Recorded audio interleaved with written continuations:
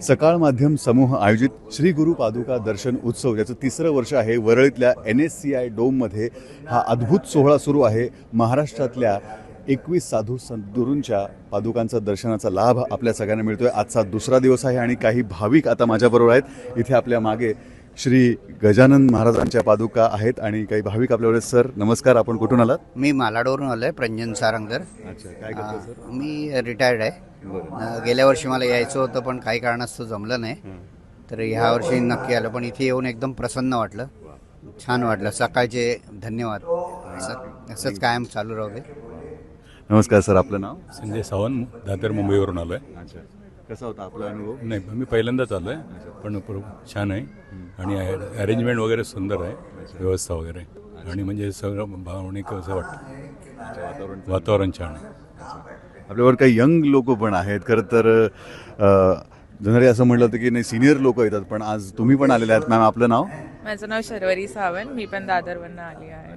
तुमचा अनुभव कसा होता या 21 पादुकांचं दर्शन इथे आपल्याला लाभतं आहे याचा? मस्त आहे, एकदम प्रसन्न वातावरण आहे.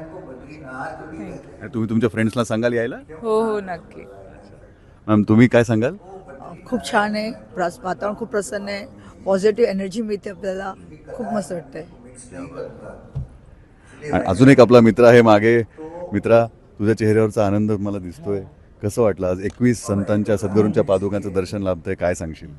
खूप चांगला अनुभव होता. मी मागच्या वर्षी देखील रजिस्टर्ड केलं होतं पण काय जमलं नाही, कारण वसईवरून इकडे यायचं लांब, तर ते जमलं नाही, प्रवास असतो. पण यावर्षी मी निश्चयच केला होता की जायचं आणि खूप चांगलं वाटलं, मला प्रसन्न वाटलं.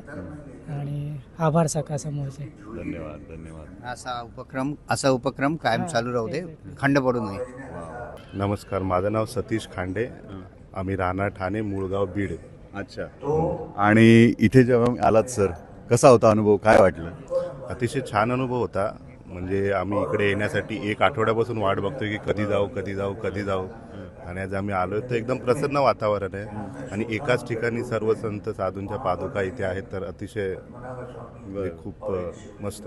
अच्छा मॅम, तुमच्याकडे येतोय, आपला परिचय सांगा आणि आपला अनुभव ऐकायला आवडेल. मी वर्षा सतीश खांडे. मी पण प्रॉपर म्हणजे बीडची आहे. आम्ही इकडे ठाण्याला राहतो. भरपूर दिवसांपासून यायचं होतं पण आज योग आला आणि अचानक ठरलं. म्हणजे मस्त वाटलं, खूप छान अनुभव आहे, प्रसन्न वाटलं.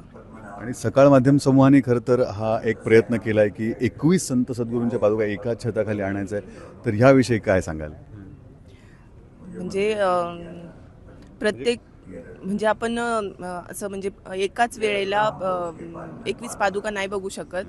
हा म्हणजे खूप चांगला अनुभव आहे की म्हणजे एकाच छताखाली सगळ्या संत महाजनांच्या पादुका ज्या म्हणजे उपलब्ध करून दिल्या आहेत, त्याच्यामुळे गैरसोय होत नाही.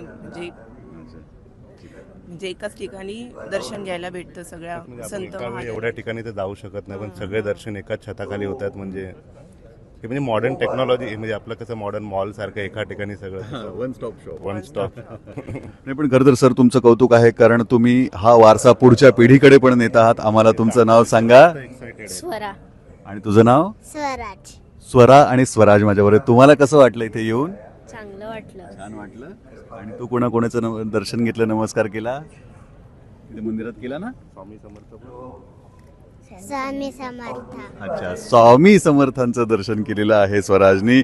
खूप खूप आभार. आणि मी परत तुम्हा सगळ्यांनाही सांगतोय की ही संधी चुकवू नका. आज दुसरा दिवस आहे, शेवटचा दिवस आहे. सकाळी 10 ते रात्री 9 वाजेपर्यंत हा सोहळा आपल्याला अनुभवायला मिळणार आहे. वरळीतल्या NSCI डोममध्ये, नेहरू तारांगणाच्या जवळ. आवर्जून या, सगळ्यांना घेऊन या.